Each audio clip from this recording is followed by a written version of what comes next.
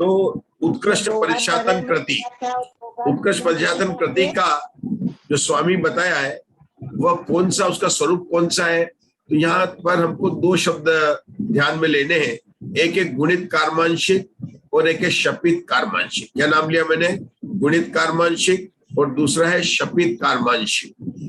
गुणित कार्मांशिक जीव कौन है? कि जिसने उत्कृष्ट संचय किया है। शपित कार्मांशिक किसने है? जिसने कर्म का संचय जगन्य किया है। बीच में मध्यम वाले तो सभी है। तो गुणित कार्मांशिक वाला जब आएगा अयोग केवली में, तो उसके प्रथम समय में ही जो परिशातन कृति होगी वह जो है उत्कृष्ट होगी। अब कल इसका हमने देखा था, आपको ध्यान होगा, हमने कल इसको पढ़ा भी था। ये चार्ट दिखाई दे रहा है आपको, प्रश्न पूछा गया, चार्ट दिखा प्रीति जी? दिख रहा? देखो क्या लिखा है यहाँ पर, उत्कृष्ट परिशातन कृति किसके होती है। तो उत्कृष्ट किया है तो सारा जीव कौन होगा? देखिए अयोग केवली ही है। जीव कौन है? कि अयोग केवली है। इधर मैंने देखो गुणस्थान बताया, 14 गुणस्थान के प्रथम समय में उत्कृष्ट परिशातन कृति होती है। ये बात तो हो गया कि किसको होती है, कहां पर होती है। लेकिन ये जीव कौन है जो आया है? तो उसके यहाँ पर 5 भवों की बात करते हैं, उसको कहते हैं भवावास।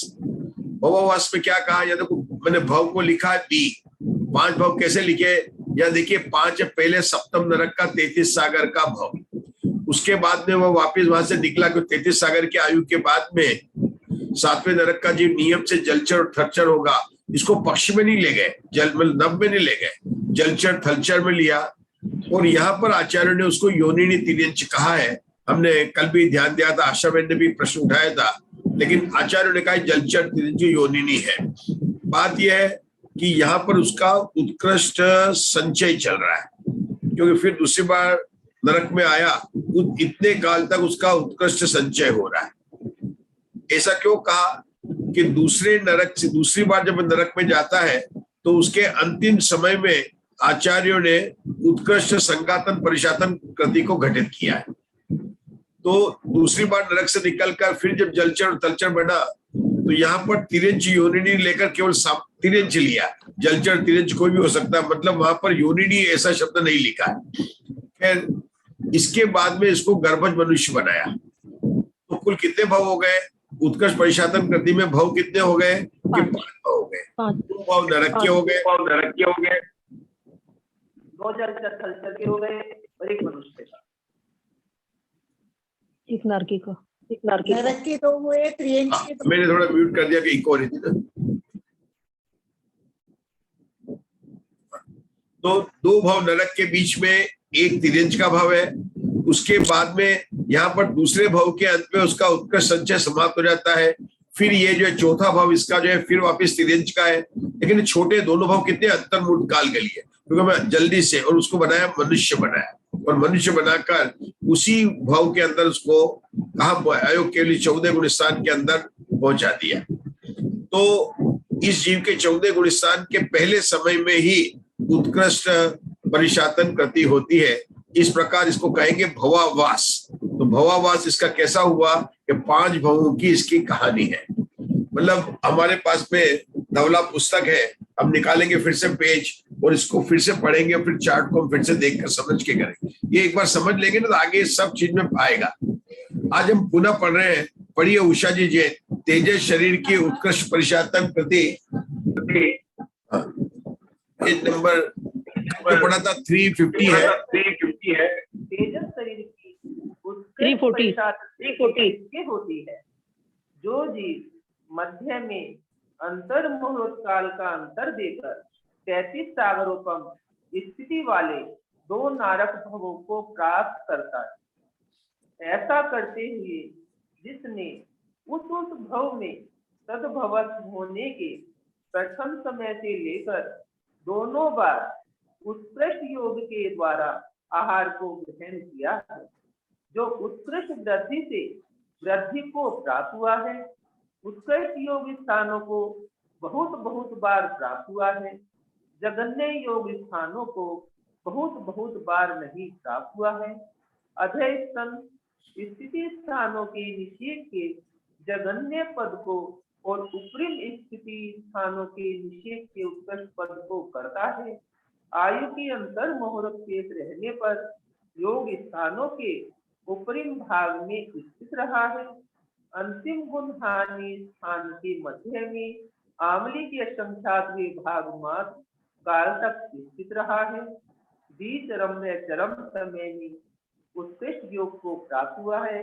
अंतिम समय में उक्त पर्याय से निकलकर जलचर व थलचर पचेंद्रिय त्रियन योनि जीवों में उत्पन्न हुआ है। उस भाव में प्रथम समय से लेकर वही आलाप कहना चाहिए। तत्पश्चात फिर से नर गति को प्राप्त हो, वह वहां से निकलकर जलचर व थलचर पचेंद्रिय में त्रियन उत्पन्न हुआ है। चौथा भाव है। फिर उस भाव में अंतर मुहूर्त काल तक जीवित रहकर मरण को प्राप्त हो, गर्भज मनुष्यों में उत्पन्न हुआ है। उसमें भी जो सर्वलघु काल में योनि निष्क्रमण रूप जन्म से उत्पन्न हुआ है, सर्वलघु काल में सम्यक को प्राप्त हुआ है।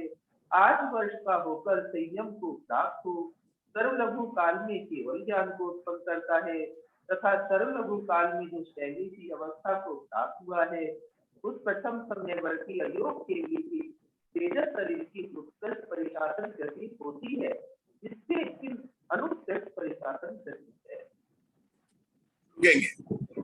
किसकी बात चल रही? तेजस शरीर की बात चल रही। तेजस शरीर की बात चल रही। उत्कृष्ट परिशासन गति तेजस शरीर वो लेना पड़ेगा।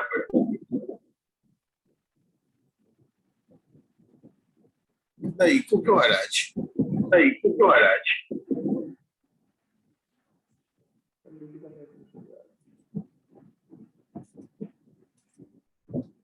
अब आ रही आवाज?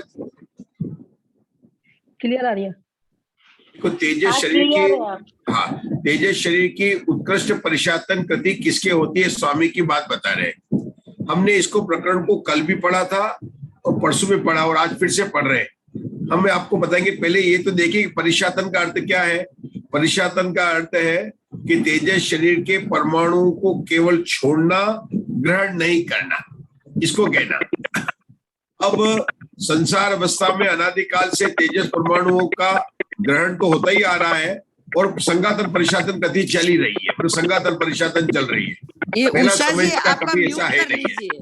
उषा जी आपका म्यूट कर लीजिए। हाँ बस। तो आचार्यों ने पहले बताया कि कहां पर होती है कि 14वें गुणस्थान में उत्कृष्ट परिशातन कृति होती है। अपन जिसको बोलते हैं स्वामी बोल रहे हैं। आज अपन ने क्या उसको क्या कर दिया कल से कि कहां पर होती है कि 14वें गुणस्थान में होती है। कब होती है कि उत्कृष्ट परिशातन गति ले रहे हैं तो 14वें गुणस्थान के पहले समय में होती है। तो ममता जी जब जगन्य लगाएंगे तो 14वें गुणस्थान के अंत समय में होगी। किसकी बात चल रही है? अपनी परिशातन गति की अपन उत्कृष्ट पढ़ रहे हैं और हमको जगन्य भी के दोनों 14वें गुणस्थान में होती। कहां पर होती है कि 14वें गुणस्थान पर होती है। कब होती है कि उत्कृष्ट परिशातन कृति 14वें गुणस्थान के पहले समय में होती है और जगन्य कृति परिशातन कृति 14वें गुणस्थान के अंत के समय में होती है। इतनी बात अगर आपको स्पष्ट हो तो फिर आगे बढ़ते हैं, फिर इनके स्वामी बताएंगे। मैं पूछता हूं कौन बताएगा? आप बताना। मुग्धा जी, मेरा प्रश्न है कि परिशातन कृति को बात करना अपने को। अब परिशातन कृति कहाँ होती है? तो पॉइंट नंबर 1 14वें गुणस्थान में होती है। हाँ राजुल जी आप बताना चाहती है, बताइए। राजुल जी बताइए। राजुल जी आप अनम्यूट कीजिए, ये थोड़ा समझते हुए चलेंगे अपन। हाँ बोलिए। परिशातन कृति 14वें गुणस्थान में होती है और परिशातन गति कब होती है? 14वें गुणस्थान के प्रथम समय में परिशातन गति होती है और अंतिम समय 14वें गुणस्थान में ही जगन गति होती है। जगन गति 14वें गुणस्थान के अंतिम समय में होती है। बहुत बढ़िया। मतलब आपने उत्कृष्ट प्रथम समय में होती है, अब जो जगन्य होती है अंतिम समय होती है, इतना समझ लिया। अब जो जीव 14 गुणस्थान में आया है, गुणस्थान का आरोहण का क्रम तो एक ही है कि जो अंतिम भाव है, जिस भाव में अपन बात कर रहे हैं, जो जीव मोक्ष जाने वाला है उस भाव में आया। तो वो जीव कैसा लिया उन्होंने कि वह पूर्व कोटि आयु वाला लिया। पूरा कोई बात नहीं, पूरा मतलब लिया। गर्भज मनुष्य हुआ है वो जन्म लेकर गर्भ काल उसका सबसे कम रहा है। उसको कहा है उन्होंने योनि निष्क्रमण काल। अपन सरल भाषा में बोले तो गर्भ में वो कम रहा। महावीर भगवान भी 7 महीना ही रहे थे, 9 महीना नहीं रहे थे, ऐसा पुराणों में आता है। 7 महीना और कुछ दिन के अंदर उनका जो जन्म हो गया, क्योंकि ऐसा आता है पुराण के अंदर। तो गर्भ काल 7 महीना भी हो सकता है, 9 महीना भी हो सकता है, कुछ कम ज्यादा हो सकता है। तो ये जीव गर्भ काल में कितने कम रहा? कम समय रहा, एक बात।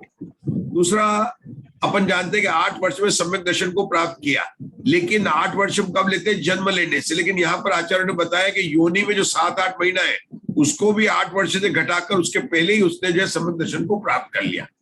मतलब हमारी स्कूल की जो 8 वर्ष की डेट है उससे पहले उसने सम्यक दर्शन को प्राप्त कर लिया। स्कूल की 8 वर्ष की डेट कौन सी है? जब हमारी जन्म तिथि है, जिस दिन हमारा जन्म कुंडली बनती है, उसके बाद में हमारी चालू होती है आयु। तो इसने उससे पहले ही कर लिया। इसलिए आचार्य ने क्या लिखा? सर्व लघु काल में सम्यक दर्शन को प्राप्त हुआ। यहाँ लिखा सम्यक्ति हुआ, मतलब वही बात हुआ, सम्यक दर्शन को प्राप्त हुआ। फिर क्या हुआ? अपन कर रहे अंतिम तीसरे पॉइंट में क्या बताया उन्होंने कि 8 वर्ष की अवस्था में इसने संयम को धारण कर लिया। संयम धारण करने के लिए अब क्या करेगा? चौथे पॉइंट में क्या बनेगा कि अंतर्मुक्त काल के अंदर ही यह केवल अवस्था को प्राप्त कर लेगा, बिल्कुल भी वेट नहीं करेगा। अब यहां से 4 पॉइंट में 5वें पॉइंट में अंतर आ जाता है। उत्कृष्ट वाला क्या करेगा कि 13वें गुणस्थान जिसका नाम है संयोग केवली जीन, उसमें बिल्कुल कम से कम अंतर्मुक्त तक रखेगा और 14वें गुणस्थान में आ जाएगा और उसके पहले समय में उत्कृष्ट हो जाएगी। लेकिन जो जगन्य वाला है वो 4 बोल तो सेम है, लेकिन जब 13वें गुणस्थान में आएगा तब वो पूर्व कोटि, मतलब कुछ कम पूर्व कोटि काल तक वहीं पर विहार करेगा, भ्रमण करेगा, उपदेश देगा, पूरा करेगा, क्योंकि उसके जितने ज्यादा उसको कर्मों की निर्जरा करनी है। क्योंकि संयोग केवली के गुण श्रेणी निर्जरा बहुत है, अन्य जगह सबसे ज्यादा है, इसलिए उसको पूर्व कोटि काल तक, कुछ कम पूर्व कोटि काल तक भ्रमण कराया। और फिर उसको जब 14वें गुणस्थान में ले गए तो जगन्य कराना, तो उसके 14वें गुणस्थान के भी अंतिम समय में उसके जो है जगन्य होगी। ये बात इन्होंने बताई। तो अंतिम भाव की प्ररूपणा में जगन्य परिशातन कृति और उत्कृष्ट परिशातन कृति में अंतर इतना ही है कि वह 13वें गुणस्थान में जगन्य वाला कुछ कम पूर्व कोटि आयु तक रहता है और खूब कर्मों की निर्जरा कर देता है। लेकिन अच्छा, यहाँ पर कौन से कर्म की निर्जरा कर रहे हैं हम लोग कर रहे हैं तेजस शरीर के। अपने 8 कर्मों वाली बात नहीं करना अभी हम, या तेजस शरीर की निर्माण। वो तेजस शरीर की कुछ विशेषता है, उसकी अपन बात करेंगे, ये आगे आने वाली है। लेकिन तेजस शरीर के परमाणु की इस प्रकार से परिशातन कृति बताई। लेकिन जो जीव आया है जगन्य वाला और उत्कृष्ट परिशातन करने वाला, वो दोनों जीव अलग अलग है, उन दोनों जीवों का नाम अलग अलग है।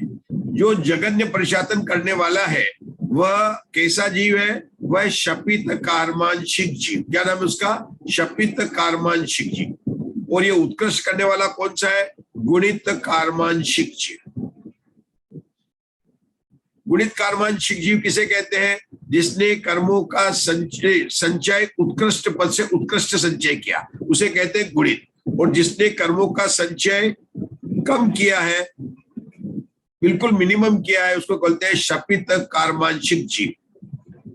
गुणित कार्मांशिक जीव के लाने के लिए जिसका कि हमारा चल रहा है, तो उसके लिए क्या बताया कि उसको 2 बार नरक के भोग ग्रहण कराए। लेकिन कोई भी जीव, जैसे मनुष्य तो लगातार 2 बार बन सकता, कई 8 बार बन सकता, कोई बात नहीं है, उसके जो विधान है 24 बार भी बना लीजिए आप उसको करके।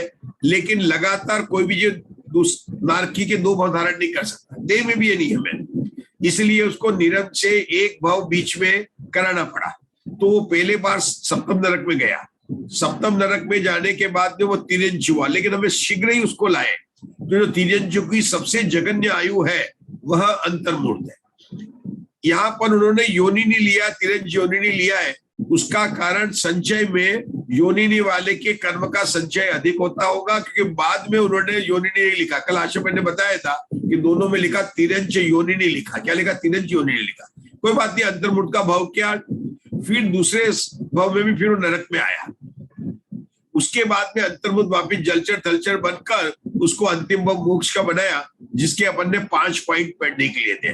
पहला पॉइंट था योनि निष्क्रमण काल का, दूसरा पॉइंट था उसके सम्यक्त की प्राप्ति का, तीसरा पॉइंट था संयम का, चौथा पॉइंट था उसके केवल ज्ञान उत्पन्न करने का, और पांचवा पॉइंट था कि कब वह 14वें गुण स्थान में आया। ये उसके अंतिम भाव के पॉइंट थे।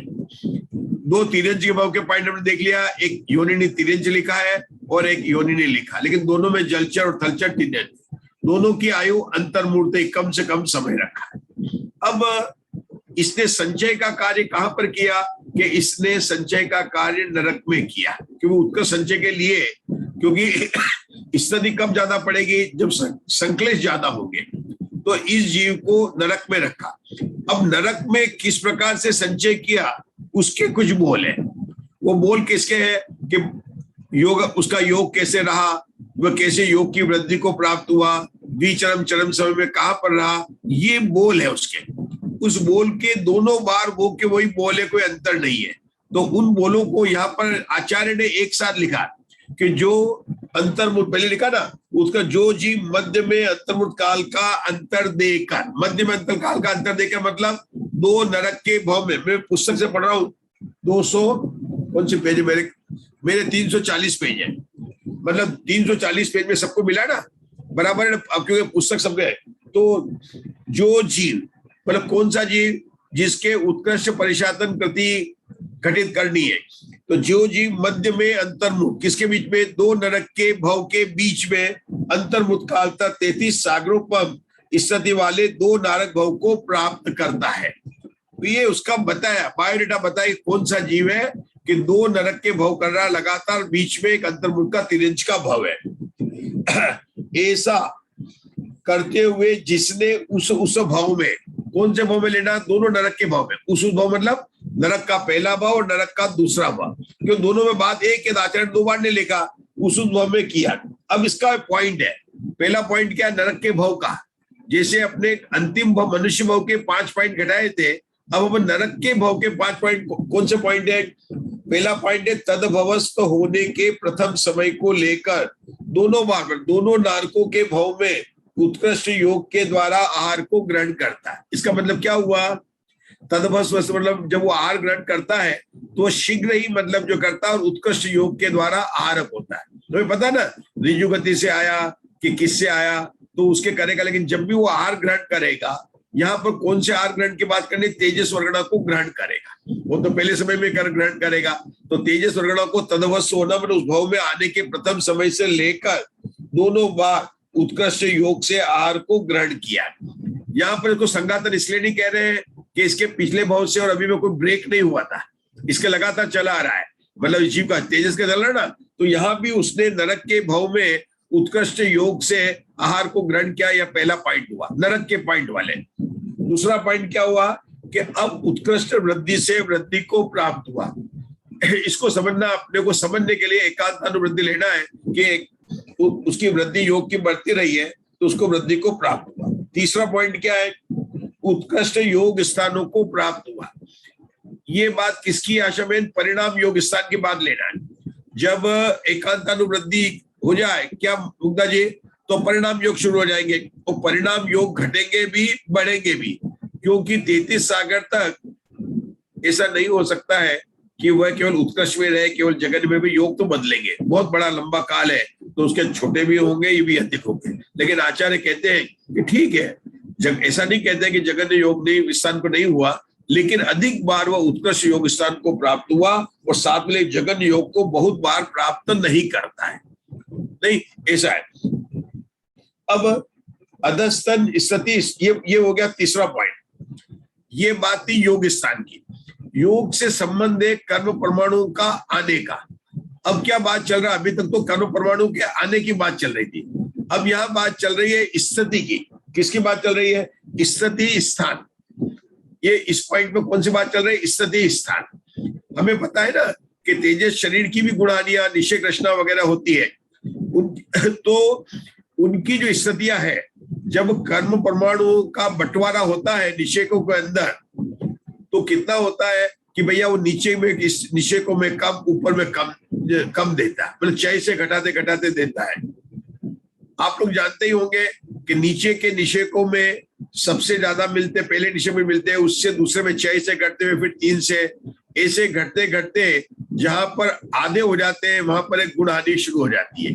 तो यहाँ क्या कह रहे हैं कि यद्यपि उसकी निषेक रचना ऐसी थी, लेकिन इस जीव ने उत्कर्षण के द्वारा नीचे के निषेक के परमाणुओं को ऊपर के निषेकों में डाला। इसी को बोलते हैं अधस्तन स्थिति के निषेक के जगन्य पद को और उपरिम स्तनों के निषेक उत्कर्ष पद को करता है। आप पूछना चाहेंगे कैसे करता है?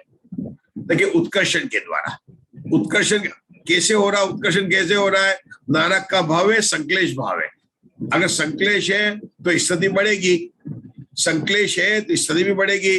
तो इसलिए यहाँ पर उन्होंने उत्कर्ष पद को करता है। अब क्या बात हो गई है? आयु के अंतर्मूर्त शेष रहने पर नरक भाव के अंतर्मूर्त की आयु है, योग स्थान के ऊपरी भाग में स्थित रहता है। फिर क्या बताया? अंतिम गुणहानि के स्थान के मध्य में रहता है अंतर्मूर्त, लेकिन अंतिम गुणहानि है उसके काल में कितना रहता है? आवली के असंख्यात में भाग मात्र। तो उषा जी को तो भाव भाषण हो गया होगा, क्योंकि अंतर्मूर्त में एक आवलिया हो जाती है। सब छोटी होती है ना, आवली में है, तो पूरा अंतर्मुद्ध कहाँ रहा? ऊपर रहा। लेकिन उस ऊपर के अंतर्मुद्ध के काल में भी आवली के असंख्यात भाग मात्र काल तक कहां पर रहा? अंतिम गुणस्थानी के मध्य में रहा। ये दो बात बताई है। इसका अगर हमें अभी स्पष्टीकरण न हो तो कोई बात नहीं है, केवल इतना लेना है कि वह अधक उत्कृष्ट योग के स्थानों में रहा, ऊपर के स्थानों में रहा, क्योंकि उसको संचय करना था। उसके बाद में अंतिम पॉइंट नरक वास का द्विचरम और चरम समय में उत्कृष्ट योग को ही रहा। द्विचरम और चरम क्यों आया? क्योंकि उत्कृष्ट योग का काल 2 समय होता है। जब हमने योग स्थान देखा था तो उसमें 8 समय वाले योगों की संख्या 7 समय वाले, 6 समय वाले, 5 समय वाले, 4 समय, 3, 2 ऐसे थे। और मैं पता कि 8 समय वाले जीव की ज्यादा संख्या है, ऊपर कम है। ये जीव जो है उत्कृष्ट योग के पद में रहा, जो 2 समय तक होता है। तो इस प्रकार यहाँ पर इसके हो गए। इसके बाद में अंतिम समय निकल कर यह बनता है जलचर और थलचर। तो ये जो बोल लगे, कहां से लेके? तदभवस्त होकर, और जो यहाँ पर आया कि द्विचरम और चरम समय गुणास्तिक है, ये बोल किसके? नरक के भव के बोल है। किसके भव है? नरक के भव के बोल है। कौन बताएगा कितने बोल हुए? नरक के भव के कितने बोल हुए? नरक के भव के बोल, नरक के भव के बोल अपन गिनेंगे तो देखिए, पहला तदभवस्त होने में उत्कृष्ट आहार को ग्रहण किया, उत्कृष्ट वृद्धि से वृद्धि को प्राप्त हुआ। दूसरा, उत्कृष्ट योग स्थानों में रहा। तीसरा, अधस्तन निषेक वाला आ गया। 4, 5वां आयु के अंतर्मुख चले पर उत्कृष्ट योग में रहा, है ना। और फिर द्विचरम और चरम समय, और वहां से निकलकर जलचर। तो 1, 2, 3, 4, 5, 6 और 7 बोल हुए। कितने हुए? 7 हुए कि 8 हुए? आप बताएंगे कोई? हाँ, 8 हुए। तो द्विचरम चरम समय के अंदर योग को प्राप्त हुआ। 8 में 8। ठीक है, 8वां कौन सा लिया आपने? द्विचरम का 8वां लिया। द्विचरम का 8वां लिया। तो द्विचरम के 2 लेके आपने 7 हुआ।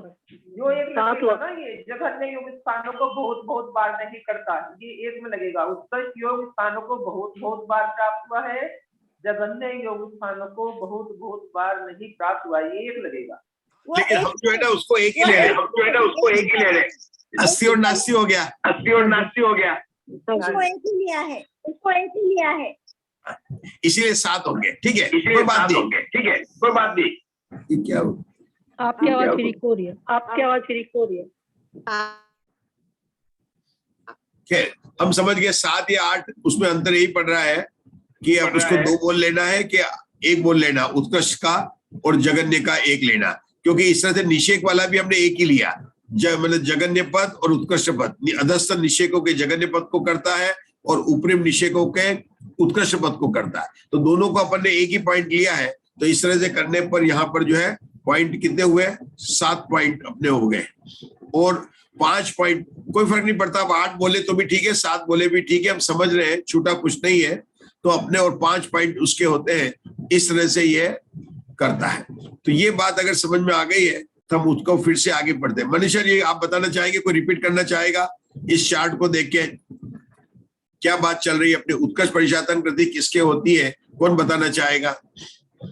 चलो अशोका जी, आप समझाओ, आपका रहता ठीक है। जी, थैंक यू सर।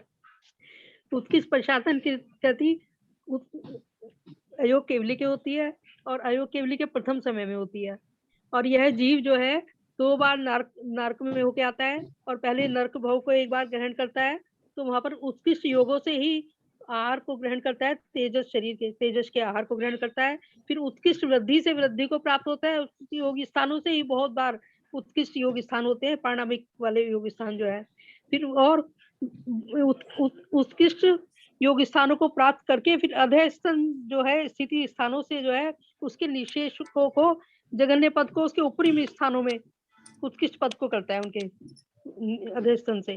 और फिर आयु के अंतर मुहूर्त वहां पर रहने पर जो है योग स्थान के ऊपरी स्थानों में स्थित रहता है फिर वहां पर। और फिर अंतिम गुण स्थान में जो है वहां पर उसके मध्य में आमली के असंख्यात भाग रहता है मात्र। और फिर द्विचरम समय में और चरम समय में उत्कृष्ट योग को करता है। द्विचरम समय में और उसके चरम समय में उत्कृष्ट योग को प्राप्त होता है और नारकी भाव में। और अंतिम समय में उसके जो है वहां से फिर निकलता है, फिर निकलकर जलचर या थलचर पंचेंद्रिय त्रियंच योनि में जन्म लेता है। और फिर वहां से उससे फिर प्रथम समय में उसके बाद फिर ये नरक गति को प्राप्त होता है। और फिर वहां से निकलकर फिर जलचर थलचर पंचेंद्रिय जीव बनता है। फिर वहां से अंतर्मुहूर्त काल जीवित रहकर फिर मरण को वहां प्राप्त होता है, फिर गर्भज मनुष्य बनता है। फिर ये बहुत सर्व लघु काल में ही जो है गर्भ में भी बहुत कम समय रहता है। और फिर ये जो गर्भ मास के दिन लगाकर फिर सम्यक को प्राप्त कर लेता है। फिर 8 वर्ष में संयम को धारण कर लेता है। फिर से लघु काल में ही केवल ज्ञान को प्राप्त कर लेता है। फिर लघु काल में ही शैलेशी अपनी अवस्था को योगी केवली की अवस्था को प्राप्त करके और उसके प्रथम समय में जो है ये उत्कृष्ट परिशासन गति को करता है। ठीक है, बहुत बड़े। आगे को पढ़ेंगे अपन, पढ़िए आगे का। Thank you sir. 8 वर्ष से पहले ही सम्यक्त को प्राप्त करता है। इस बात को जतलाने के लिए सर्व लघु काल में सम्यक्त को प्राप्त हुआ है ऐसा कहा है, परंतु संयम 8 वर्ष के नीचे नहीं होता। इस बात को जतलाने के लिए 8 वर्ष का होकर संयम को प्राप्त हुआ है ऐसा कहा है। क्योंकि तेजस शरीर नौकर्म की स्थिति 66 सागरोपम प्रमाण है, अतः दूसरी बार नर्क पर्याय को ग्रहण अंतर्मुहूर्त कम 33 सागर स्थिति प्रमाण होता है ऐसा कहना चाहिए। शेष प्ररूपणा सुगम है। ये उसी के विषय में विशेष टिप्पणी देकर के ये 2-3 पॉइंट्स को समझाया उन्होंने आचार्य ने यहाँ पर। ठीक है, आगे पढ़िए। आगे बता रहे हैं तेजस शरीर की उत्कृष्ट संघातन और परिशातन कृति किसके होती है। दूसरी बार नारक भाव के ग्रहण करने पर उस भाव में स्थित रहने के अंतिम समय को प्राप्त हुए नारकी तेजस शरीर की उत्कृष्ट संघातन परिशातन कृति होती है। इससे भिन्न अनुत्कृष्ट संघातन परिशातन कृति है। यह कथन सुगम है। अगला ले सर। तेजस शरीर की जगन्य परिशातन कृति किसकी होती है। जो जीव 66 सागरोपम काल तक सूक्ष्म जीवों में रहा है और वहां रहते हुए जो पर्याप्त व अपर्याप्त भवों को ग्रहण करता है, इनमें जिसके अपर्याप्त भव बहुत हुए हैं और पर्याप्त भव बहुत थोड़े हुए हैं। अपर्याप्त काल दीर्घ रहा है, अपर्याप्त काल दीर्घ रहा है, पर्याप्त काल थोड़ा रहा है। जिसने जगन्य योग से आहार ग्रहण किया है, जगन्य वृद्धि से जो वृद्धि को प्राप्त हुआ, जगन्य योग स्थानों को बहुत बहुत बार प्राप्त हुआ है। उत्कृष्ट योग स्थान को बहुत बहुत बार प्राप्त नहीं हुआ कि जगन्य को प्राप्त हुआ तो उत्कृष्ट को प्राप्त नहीं हुआ। जो अधस्तन स्थिति स्थानों के निषेध को उत्कृष्ट पद करता है, ऊपरी में स्थिति स्थानों के निषेध का जगन्य पद करता है। पश्चात सूक्ष्म पर्याय से निकलकर जो तिर्यंचों में उत्पन्न हुआ और अंतर्मुहूर्त काल तक जीवित रहकर वहां से निकलकर पूर्व कोटि प्रमाण आयु वाले मनुष्यों में आकर अति शीघ्र योनि निष्क्रमण रूप जन्म से उत्पन्न हुआ है, जिसने अति शीघ्र सम्यक्त को प्राप्त किया है। जो 8 वर्ष का होकर संयम को प्राप्त हो अति शीघ्र केवल ज्ञान को प्राप्त करता है। फिर उत्पन्न हुए केवल ज्ञान व केवल दर्शन से सहित होकर केवली जिन होता हुआ कुछ कम एक पूर्व कोटि काल तक विहार करता है और अंतर्मुहूर्त मात्र आयु के शेष रहने पर शैलेशी भाव को प्राप्त होता है। ऐसे उस चरम समयवर्ती भव्य सिद्धिक और शपित कर्मांशिक जीव के जगन्य परिशातन कृति होती है। इससे भिन्न जगन्य परिशातन कृति है। यह कथन सुगम है। तो अब बात चल रही है, थोड़ा पढ़ने में बहुत सारे शब्द भी आए, बात चल रही जगन्य परिशातन कृति की। तो पहले ही हम समझ चुके ये किसको होता है कि 14 गुण स्थान में अयोग केवली के होता है। अयोग केवली के कब होता है कि चरम समयवर्ती होता है। ये राजुल जी ने अपन ने पहले बात कर चुके हैं, चरम समय के अंत में होता है। लेकिन ये जीव है कैसा है कि शपित कार्मांशिक वाला है। शपित कार्मांशिक वाले जीव के जो ये भवावास का चार्ट आप देखिए कि पहले कहां तक रहा है, 66 सागर तक सूक्ष्म जीवों में जन्म मरण करता रहा। क्या कहा यहाँ पर आशा बहन कि 66 सागर क्यों लिया है कि तेजस शरीर की उत्कृष्ट स्थिति 66 सागर है। वहां पर 66 सागर कैसे प्राप्त किया था? उत्कृष्ट में 2 बार नरक के भव कराकर। अब हम किसकी बात कर रहे हैं? हम जगन्य की बात करा रहे हैं। अब जगन्य में भी रहा, कहां तक रहा? ये 66 सागर तक रहा। उसके बाद में निकलकर तिर्यंच होता है और तिर्यंच में भी बादर तिर्यंच का एक भाव धारण करके फिर मनुष्य हो जाता है। वहां बात की थी अपन ने 5 की, 2 नरक भाव के, उसके बीच में एक तिर्यंच का, उसके बाद में तिर्यंच का और बाद में मनुष्य भाव का। अब जगन्य में क्या है कि 66 सागर में उसके कई भाव है, कई भाव है, और उसके बाद में ये बादर तिर्यंच हुआ और फिर मनुष्य होकर उसी भाव में ये जो है केवल ज्ञान को प्राप्त करता है। अब यहाँ पर क्या लिखा? पहला बोल क्या है? 66 सागर तक सूक्ष्म जीवों में रहा, पहला बोल। दूसरा क्या लिखा? पर्याप्त और अपर्याप्त दोनों के भाव धारण करता रहा। अब मेरा प्रश्न है कि जब हमको जगन्य ही कराना था तो अपर्याप्त के भाव क्यों नहीं धारण कराए? पर्याप्त के कराने की क्या जरूरत थी? जैसे अपन ने नारकी के तो 2 नहीं मिल सकते थे, इसलिए अपन ने बीच में एक तिर्यंच का लाए। लेकिन अगर 2 भाव नरक के होते तो सीधे 2 भाव नरक के कर लेते, जैसे 2 मनुष्य होकर मनुष्य हो सकता है, तो नारकी तो मरकर नारकी नहीं होता है, इसलिए वहां पर अंतर्मुठ कराया था। अब यहाँ पर हमको 66 सागर तक इसको कहां पर रखना है? सूक्ष्म में रखना है। सूक्ष्म केंद्र में क्यों रखा? क्योंकि उसके संचय कम कराना है।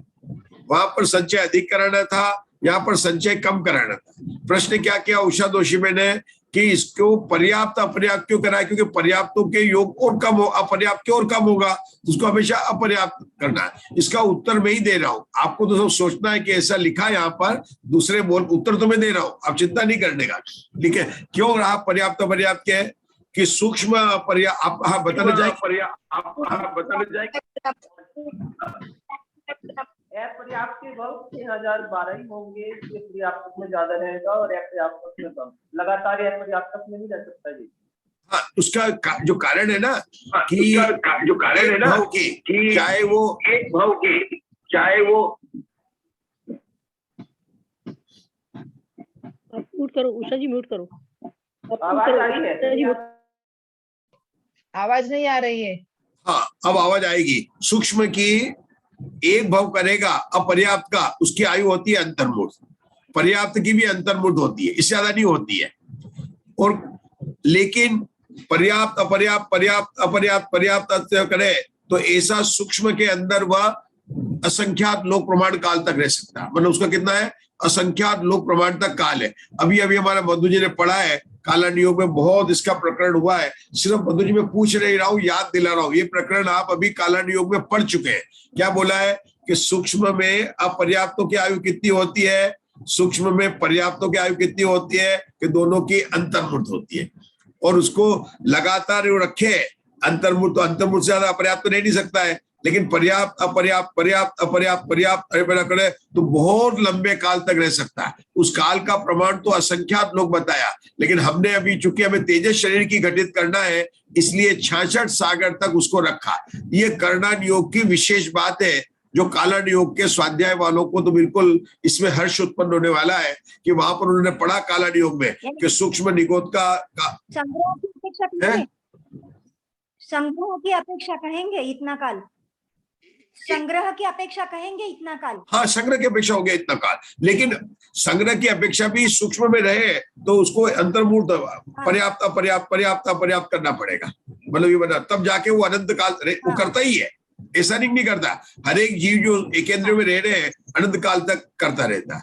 खैर, इतना ही सब समझना है कि उसको पर्याप्त और पर्याप्त के क्यों लिखा, क्योंकि यहाँ तो हमको सब ये देखना है कि आचार्य ने क्या लिखा। तो उन्होंने पूछा तेजस लिखा ना उन्होंने, तेजस शरीर की जगन्य परिशातन गति किसके होती है? तो पहला पॉइंट क्या दिया?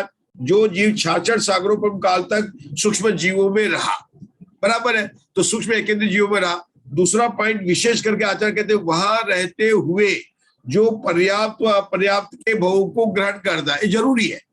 अगर वो अकेले पर्याप्त के भाव ग्रहण करके इतने काल तक नहीं रह सकता, अकेले अपर्याप्त के ग्रहण करके नहीं रह सकता, दोनों की है। लेकिन अपने को तो जगन संचय कराना है। तो तीसरे पॉइंट में क्या बोलता है, जिसने अपर्याप्त बहुत बहुत हुए हैं लेकिन पर्याप्त के बहुत थोड़े हुए हैं, मतलब अंतर्मुठ काल में भी अपन बोलते हैं 66,336 भाव हो जाए या एकेंद्री के ले तो इतने नहीं होंगे, उसके 60,162 होंगे।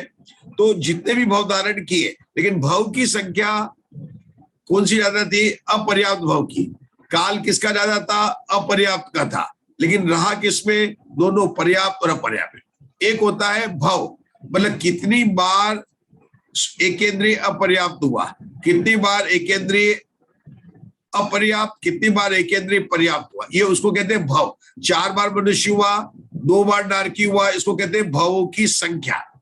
दूसरी बार मनुष्य हुआ तो क्या एक पूर्व कोटि वाला हुआ कि एक छोटी आयु वाला हुआ, तो ये इसको कहते हैं आयु का अद्वावास, उसको बोलते हैं मतलब आयु का काल कितना रहा।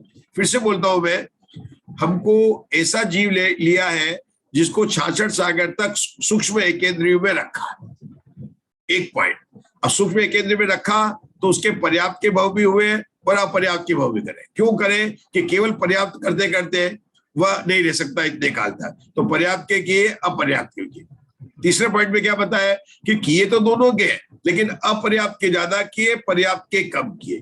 चौथे पॉइंट में क्या बताया कि भाव भले ज्यादा कर लिए, केवल भाव ही ज्यादा नहीं किया पर्याप्त के, अपर्याप्त में रहने का काल भी उसका अधिक रहा। मतलब पर्याप्त के भाव की छोटी आयु बांधी और अपर्याप्त के भाव की बड़ी आयु बांधी। इस तरह से यहाँ पर ये पॉइंट भी हो गया। 4 पॉइंट समझ में आ गया।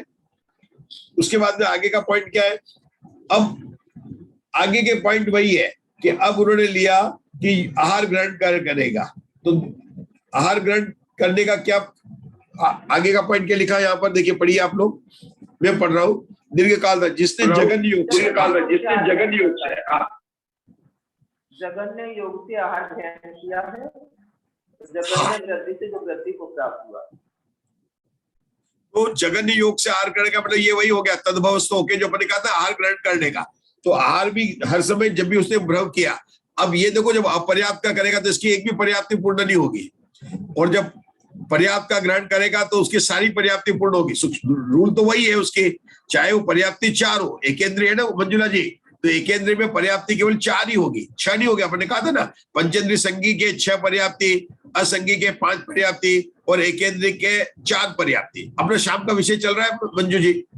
मंजू जी घाट को पर आपको कठिन तो नहीं लग रहा है? नहीं तो मैं रुक जाऊंगा। हाँ अपन है ना इसको, इसलिए मैंने आज उसका चार्ट बनाया पूरा, अभी तक बना रहा था मैंने आपको समझाने के लिए कि कितना है, और ये बिल्कुल समझ आएगा। राजू जी ने बहुत अच्छा उसको अपन ने स्पष्ट कर दिया कि बात ये जितनी भी बात आ रही है जो अपने को कठिन लग रही है, ये किस तरह से, तो खाना बनाना में कठिन काम है, खाने में काम है, खाना बनाने में तो ये कर्म को ग्रहण कर रहा है ना, उसमें कठिनाई हो रही है आपको। आप लोग कहते हैं ना खाना बनाने में हमको बहुत टाइम लगता है, सामग्री तैयार करनी पड़ती है, बनाना पड़ता है, और खाने में क्या टाइम लगता है, तो निकाल संचय करने में परिषद में कोई टाइम नहीं लगेगा। वो तो इस तरह आयोग केवली के प्रथम समय में या अंतिम समय हो गया, लेकिन उसने इतने काल तक ग्रहण कैसे किया कर्म परमाणु का, उसकी बात बता रहे। और अगर कुछ भी समझ में नहीं आए तो इतना तो समझ आ जाए कि उत्कृष्ट योग होगा तो अधिक संचय होगा, जल्दी जल्दी काम करेंगे, जल्दी जल्दी हाथ चलाएंगे तो रोटी जल्दी जल्दी बन जाएगी, धीरे धीरे चलाएंगे तो धीरे धीरे किचन खाना बनेगा। बस इतना ही है। आप कहते हैं ना कि जल्दी जल्दी खाना बनाना, जल्दी जल्दी हाथ चलाओ, धीरे धीरे क्यों चला रहे, तो उसको धीरे, अभी इसको कम अधिक समय लेना है, कम बनाना है, तो ये धीरे धीरे धीरे धीरे करेगा। वो धीरे धीरे कैसे करेगा उसको ये बात बता रहा है। तो पॉइंट पहले के तो सिर्फ उसको बताया, 3 ही पॉइंट बताए, कहाँ रहा, सूक्ष्म केंद्रियों में रहा, कौन से भाव धारण किए, पर्याप्त के भी किए, अपर्याप्त के किए, दोनों को क्यों किए, इसलिए किए कि एक भाव को धारण करके इतने काल तक रह नहीं सकता है। तीसरे पॉइंट में क्या बताया कि यद्यपि उसने दोनों धारण किए लेकिन अपर्याप्त के भाव ज्यादा धारण किए, पर्याप्त के कम किए। आगे के पॉइंट में क्या बताया, 5वें पॉइंट में क्या बताया कि उसमें रहने का काल भी, मतलब उम्र जो थी अपर्याप्त की वो ज्यादा थी, उसकी नहीं। ये बात उसकी हो गई, बायोडेटा समाप्त हो गया। अब चलता है कि उसने संचय कैसे किया, कि पहले समय में जैसे आज जब भी ग्रहण तब से जगन्य योग से रहा, फिर क्या हुआ कि वृद्धि को प्राप्त हुआ तो जगन्य योग से ही वृद्धि को प्राप्त हुआ। वहां पर उत्कृष्ट इसका उल्टा ले रहे थे, पहले समय से उत्कृष्ट योग में से आहार ग्रहण किया, उत्कृष्ट वृद्धि से वृद्धि को प्राप्त हुआ। यहाँ पर उसका बिल्कुल अलग उल्टा चल रहा है, मतलब जो वहां लिया था उसका विलोम बोलेंगे, जगन्य वृद्धि से वृद्धि को प्राप्त हुआ। जो जगन्य योग स्थानों को बहुत प्राप्त हुआ, वहां आशाबेन क्या था, उत्कृष्ट योग स्थानों को बहुत प्राप्त हुआ। स्पष्ट हो रहा है ना, जो अपन ने उत्कृष्ट के लिए लिया था वो बात जो तद्भवस्थ की थी वो यहां से शुरू होती है। उसके पहले 3 बोल केवल ये बताया कि सूक्ष्म केंद्र में कहाँ रहा, कैसे भाव धारण किए। देखिए आगे का पढ़ता हूं मैं, जगन्य योग स्थानों को बहुत बार प्राप्त हुआ, उसके बाद में उत्कृष्ट योग स्थानों को बहुत बार प्राप्त नहीं हुआ, दोनों को साथ साथ लेते हैं। आगे का बोल भी वही है, क्या बोले आगे का, जो अधस्तन स्थिति के स्थानों के निषेध को उत्कृष्ट पद करता है। वहां क्या लिखा था राजुल जी, जगन्य पद को करता है, यहाँ ऊपरी स्थिति के निषेध को जगन्य पद करता है, वहां पर उत्कृष्ट पद लिखता है। अब दोनों को कंपेयर करेंगे तो बराबर के बोल मिलेंगे। पश्चात सूक्ष्म पर्यायों से निकल कर कहां पर उत्पन्न हुआ, तिरिंच में उत्पन्न हुआ। इसको सीधा सूक्ष्म से मनुष्य क्यों नहीं बनाया, क्योंकि इसको आपको ऊपर चढ़ाना है, मोक्ष में भेजना है, तो वो उसी भाव में मोक्ष करने के लिए उसको बादल का भाव एक धारण करना पड़ेगा, तभी जाएगा। सूक्ष्म से निकला हुआ जीव संयम तो धारण कर सकता है लेकिन मोक्ष नहीं जा सकता, इसलिए उसको एक भाव धारण करना पड़ा और उसके बाद में पूर्व कोटि वाले आयु के अंदर ले जाए गए। और चूंकि जगन्य कराना है ना, जगन्य कराया तो क्या कराया उसको, बाकी के भाव वही है। अति शीघ्र योनि निष्क्रमण काल से जन्म हुआ, अति शीघ्र सम्यक को प्राप्त किया, 8 वर्ष होकर संयम को प्राप्त हुआ, अति शीघ्र केवल ज्ञान प्राप्त हुआ। लेकिन अब चूंकि मुझे जगन्य है तो 13वें गुण स्थान जिसका नाम है संयोग केवली, वहां पर पूरा लंबे काल तक रखकर खूब निर्जरा की और उसके बाद में केवल अंतर्मुठ आयु के शेष रहने पर शैलेशी भाव को प्राप्त हुआ, और शैलेशी भाव को प्राप्त हुआ अर्थात अयोग केवली हुआ। देखो कितना लिखा, जो उस चरम समयवर्ती भव्य सिद्धि और शपित कार्मांचिक, देखो यहाँ शब्द आ गया है, ये जीव कैसा है, शपित कार्मांचिक, भव्य सिद्धिक है, शपित कार्मांचिक है। तो राजुल जी अपन अभी तक बोलते थे कि 14 गुण स्थान में, अब उसका और आगे बढ़ा सकते हैं, यह जीव कैसा है, चरम समयवर्ती भव्य सिद्धि शपित कार्मांशिक। जगन्य के नाम क्या हो गया उसका, चरम समयवर्ती भव्य सिद्धि शपित कार्मांशिक अयोग केवली के जगन्य परिशातन कृति होती है। जब हम उत्कृष्ट बोलेंगे क्या बोलेंगे, प्रथम समयवर्ती, यही से बोलना है। यहाँ बोला चरम समयवर्ती, वहां बोलेंगे प्रथम समयवर्ती, भव्य सिद्धि वही रहेगा, और शपित कार्मांशिक जगह गुणित कार्मांशिक और अयोग केवली। राजुल जी आप बोलिए, जो आपने बोला था जगन्य और उत्कृष्ट बोला था उसमें सिर्फ बोल बढ़ाने हैं, क्या बोला था बनाइए। अपन बोलेंगे उत्कृष्ट का, उत्कृष्ट का कौन है, प्रथम समयवर्ती भव्य सिद्धि गुणित कार्मांशिक, गुणित कार्मांशिक शैलेश भाव को प्राप्त अयोग केवली 18,000 शील के स्वामी 84 लेख उत्तर गुणों के स्वामी अयोग केवली के होती है। जगन्य किसके होती है, जगन्य किसके होती है, चरम समयवर्ती। बहुत बढ़िया, आगे क्या बोलेंगे, भव्य सिद्धि और शपित कार्मांशिक जीव और शैलेशी भाव के और जगन प्रसादन कृति, 18,000 शीलों का स्वामी, 84 लाख उत्तर गुणों का स्वामी, अ ई उ र ल 5 लघु अक्षर में मोक्ष जाने वाला ऐसे जीव के होती है। अच्छा बोलेंगे, बहुत अच्छा है, बोल चरम का और 14 गुण स्थान की वंदना है। अपन किसकी पूजा कर रहे हैं, अयोग केवली की पूजा कर रहे हैं। चलो कोई बात नहीं, आप लिख ले, आप नहीं बोले कोई और बोले, मधु जी बोले, कोई बोलेगा, मुग्धा जी बोलिए, कोई तो बोलो, क्या बोला, बोलो सर। हाँ बोलिए बोलिए।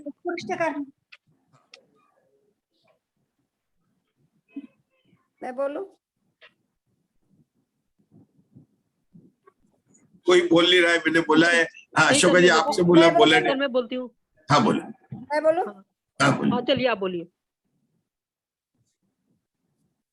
प्रथम समयवर्ती भव्य सिद्धि और गुण कार्मशिक जीव और कौन सा गुण कार्य से शैलेशी 18,000 भाव 84,084 उनके वो, और अयोग केवली उत्कृष्ट प्रसाधन कृति होती है। ठीक है, और चलो। और जगन्य की चरम समयवर्ती भाव सिद्धि और क्षपिक कार्मशिक जी शैलेशी भाव अयोग केवली के जगन्य परिसाधन कृति होती है। चलो कल इसका हम पूछेंगे, सब लोग आप लिख लीजिएगा। अब आगे की पढ़ना, मुग्धा जी पढ़ना जरा। तेजस शरीर की जगन्य संघातन परिसाधन कृति किसके होती है? हाँ, तेजस शरीर की जघन्य संघातन परिसाधन कृति किसके होती है? जो जीव 66 सागरोपम काल तक सूक्ष्म जीवों में रहा है। इस प्रकार ऊपरी स्थिति स्थानों के निषेध के जघन्य पद के प्राप्त होने तक आलाप ले जाना चाहिए। कैसे लगेंगे आलाप, कैसे लगेंगे? देखो मैं बताता हूँ, सागरों काल तक सूक्ष्म जीवों में रहा, वहां पर पर्याप्त और अपर्याप्त के भाव को ग्रहण किया, अपर्याप्त के भाव अधिक किए, पर्याप्त के भाव कम किए, पर्याप्त के भावों की आयु अधिक थी, अपर्याप्त की कम थी। फर्क क्या हुआ? वो कि उसने जगन्य योग से आहार को ग्रहण किया, जगन्य से वृद्धि को हुआ, जगन्य योग स्थानों में रहा। वो पूरे के पूरे आलाक जब तक निषेक है ना, के मतलब नीचे के ऊपरी निषेकों के जगन्य पद को करता है, अधस्थ निषेकों के उत्कृष्ट पद को करता, वो पूरे के पूरे आलाप को लगा लेना चाहिए। इसको कहते हैं आलाप। जो पॉइंट बोले थे उसको पूरे आलाप लगा दिए। आगे क्या लिखा? पश्चात जो सूक्ष्म पर्याप्त कोण से उत्पन्न हुआ है, उससे उस भाव में पर्याप्ति अपर्याप्तियों से अभीक्ष्ण वृद्धि द्वारा एकांत वृद्धि से बढ़ते हुए अपर्याप्तक जीव के जिस समय में बंध और निर्जरा बहुत होती है, पर उस समय बहुत बंध और निर्जरा नहीं देखी जाती, उसके तेजस शरीर की जघन्य संघातन परिसाधन कृति होती है। इसलिए जघन्य संघातन परिसाधन कृति होती है। यहाँ पर जो लिखा ना, पर उस समय, वह एक शब्द जोड़ देना, पर्याप्त जीव के बहुत बंद और निर्जरा नहीं देखी जाती है, नहीं तो वो आपको स्पष्ट नहीं होगा। क्या लिखना है वहां पर उस जीव के, कौन से? पर्याप्त जीव के। मतलब इन्होंने जगन्य संघातन परिसाधन के कहां पर घटित किया? जैसे जगन्य परिसाधन कहां पर घटित किया था? अयोग केवली के। यहाँ पर कहां पर किसको घटित किया? जो जीव सूक्ष्म एकेंद्रिय में 66 सागर तक रहा, उसके बाद में अंतिम भाव में कहां पर आया? वो पर्याप्त के भाव में आ गया। कौन से भाव में आ गया? पर्याप्त के भाव में। और उस भाव में कौन सा घटाना हमको? संघातन और परिसाधन घटाना। संघातन परिसाधन घटाया तो उन्होंने एकांतानुवृद्धि से लेकर उन्होंने उसको जो घटा दिया कि उसके अजग होती है। ये प्रश्न पूछा उन्होंने आगे, एकांतानुवृद्धि से स्वामित्व किस लिए दिया गया है? तो उन्होंने बताया परिणाम योग से संचित उद्गल स्तनों को गलाने के लिए एकांतानुवृद्धि स्वामित्व कहा है। मतलब वो जीव जो है परिणाम योग से भी तो ग्रहण कर रहा था ना, तो उसको एकांतानुवृद्धि से मतलब बढ़ते हुए उस वृद्धि के काल में पर्याप्त के भाव में, क्यों क्या लिखा? उस भाव में ले गए उसको जहां पर उसके बहुत बंद और निर्जरा नहीं देखी जाती है, क्योंकि उसको जो है तब जगन्य की बात हो गई। बस इतना ही समझना है कि यहाँ पर जगन्य संघातन परिसाधन 66 सागर तक एकेंद्रीय में उसको घुमाने के बाद में पर्याप्त के भाव में लाए और वहां पर उसको जगन्य परिसाधन और संघातन कृति होती है। इतनी बात यहाँ पर हो गई। ये तो समझ में नहीं आया। परिणाम योगों से संचित। हाँ, ये उद्गल स्कंदों के गलाने के लिए कहा ना, उद्गल स्कंदों के। वृद्धि को एक वृद्धि को स्वामी कहा, उसकी निर्जरा करने के लिए परिणाम योग से संचित, जो संचित हुआ था उसकी निर्जरा करने के लिए एकांतानुवृद्धि को स्वामित्व कहा। इसका अर्थ भी इतना ही है। क्लियर नहीं हुआ मुझे। हाँ, ये जो है ना यहाँ पर अभिक्षण ज्ञानोपयोग और इसका जो ना स्पष्ट इतना एकदम हो नहीं रहा है। सिर्फ इतना ही है कि अंतिम का भाव पर्याप्त है, क्योंकि अपन अभिक्षण ज्ञानोपयोग, अभिक्षण शब्द कहाँ यूज करते हैं? अभिक्षण ज्ञानोपयोग में करते हैं। यहाँ पर इन्होंने अभिक्षण ये वृद्धि के द्वारा बताया। और ये कौन सी वृद्धि है? ये एकांतानुवृद्धि। बस। और उन्होंने बताया, उसने स्वयं शंकाकार ने पूछा कि एकांतानुवृद्धि क्यों लिया आपने? उसके क्यों लिया कि परिणाम योग से जो पहले, क्योंकि ये तेजस शरीर की है लगातार परिणाम योग से उसकी ग्रहण हो रही थी, तो उसको गलाने के लिए इन्होंने कहा कि जगन्य घटित करना है, इसलिए इन्होंने जो है परिणाम योग से लिया।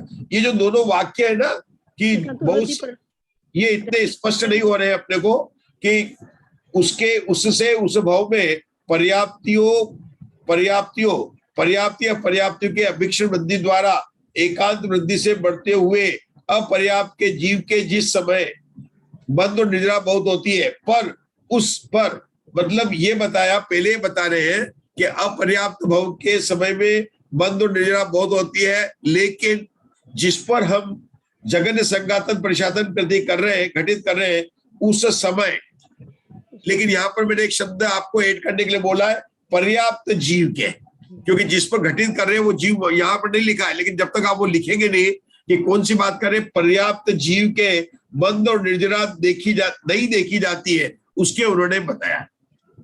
और इसका उत्तर यही है, इसका समझना कैसे है कि जो 66 सागर तक एकेंद्रियों में रहा, उस जीव के एकेंद्रियों के काल के बाद में उसको जब पर्याप्त भाव धारण करता है तो उसके जो है जगन्य संघातन और परिशातन वृद्धि होती है। और यही जीव अगर पर्याप्त होकर बादल पर्याप्त को धारण कर मनुष्य भाव को धारण कर ले और सीढ़ी चढ़कर मतलब सबक श्रेणी चढ़कर 14 गुण स्थान में आ जाए, तो इसके जो है जगन्य अंतिम समय में जगन्य होगी। इतना यहाँ पर इन्होंने स्पष्ट किया है। अपन ने दोनों चार्ट बनाकर इसको स्पष्ट करने का प्रयास किया है। ये आप देखेंगे तो इससे ये बोल भी स्पष्ट हो जाते हैं और अपने को ये बात भी समझ आती है कि कहाँ होती है, किसके होती है।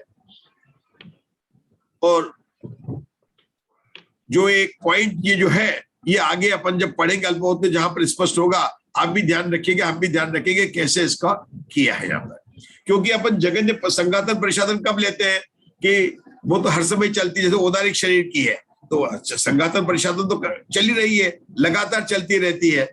तो आचार्यों ने यहाँ पर इन्होंने एकांत वृद्धि के इस स्थान पर घटित किया है, ये अपने को सिर्फ जानना है। और अपन यहाँ पर रुकते हैं, अपना समय हो चुका है। सर एक ये आपने इसका सूक्ष्म जीवों का काल का प्रमाण कितना बताया था, कितने काल तक इसका जीवों का काल का प्रमाण?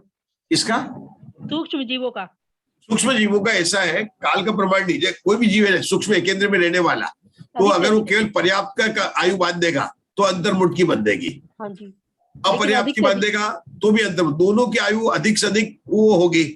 तो अपन केवल उसको अपने को इतने लंबे काल तक रहना है तो उसको पर्याप्त अपर्याप्त पर्याप्त अपर्याप्त के करेंगे। तो कालन योग में आया कि असंख्यात लोग प्रमाण तक ये केंद्र में रहा क्या हम लोग भी रहे ना केंद्रों में। तो कैसे रहे, कभी पर्याप्त के, कभी अपर्याप्त के, कभी पर्याप्त के, कभी अपर्याप्त के भाव को धारण किए। यहाँ पर चूंकि तेजस शरीर की करनी है इसलिए 66 सागर की, जब कार्बन शरीर की बात करेंगे तो वहां और अधिक स्थिति की बात आएगी, तो वो वहां पर अपन चर्चा करेंगे जिसका अपन कल लेंगे।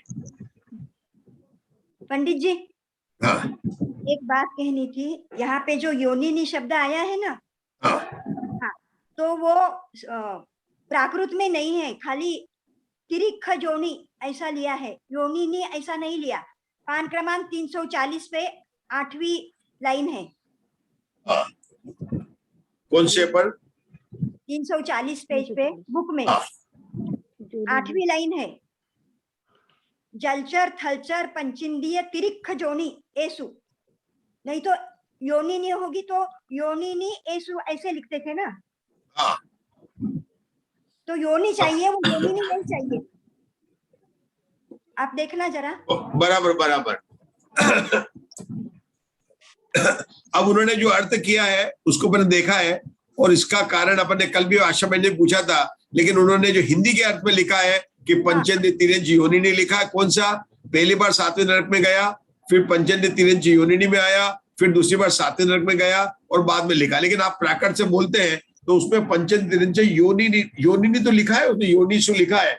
नहीं योनि नीचे वाली लाइन में 9 लाइन में है। हाँ जोनी, हाँ करेक्ट, 8वीं लाइन में है। हाँ बराबर।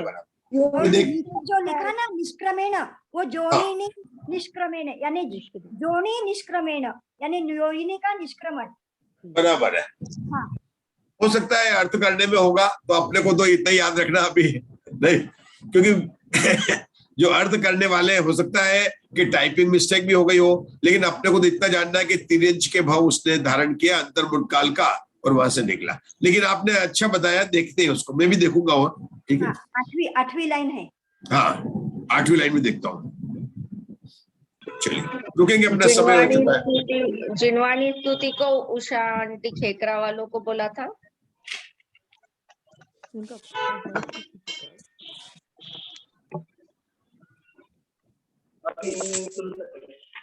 माता मेरी जिनवानी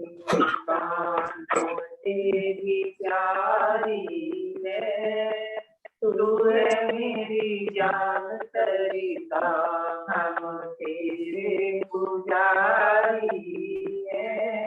पुण्य देती माता, पुण्य माता, हमने तुमको पाया रे, ज्ञान रचना से माँ तुमने सिखाया है। तत्वों का ज्ञान माता, तत्वों का ज्ञान माता, हमें को दो कराती है। कर्मों के बंधन से माता तू ही छुड़ाती है। ज्ञानदायी तू माता, ज्ञानदायी तू माता, हमें ज्ञानी बनाती है। तू ही माता सुखदाई, सब सुख दिलाती है। कोई नहीं दुनिया में, कोई नहीं दुनिया में, तू ही माता हमारी है। चरणों में जगह तुम, हम शरण बिहारी है। माता मेरी जिनवानी, कानों से भी जानी है। जवन के ज्ञान से तुझे लो तो आनी मत सुनो। विहार की चोरी जगो विषय, जो तेरी शरण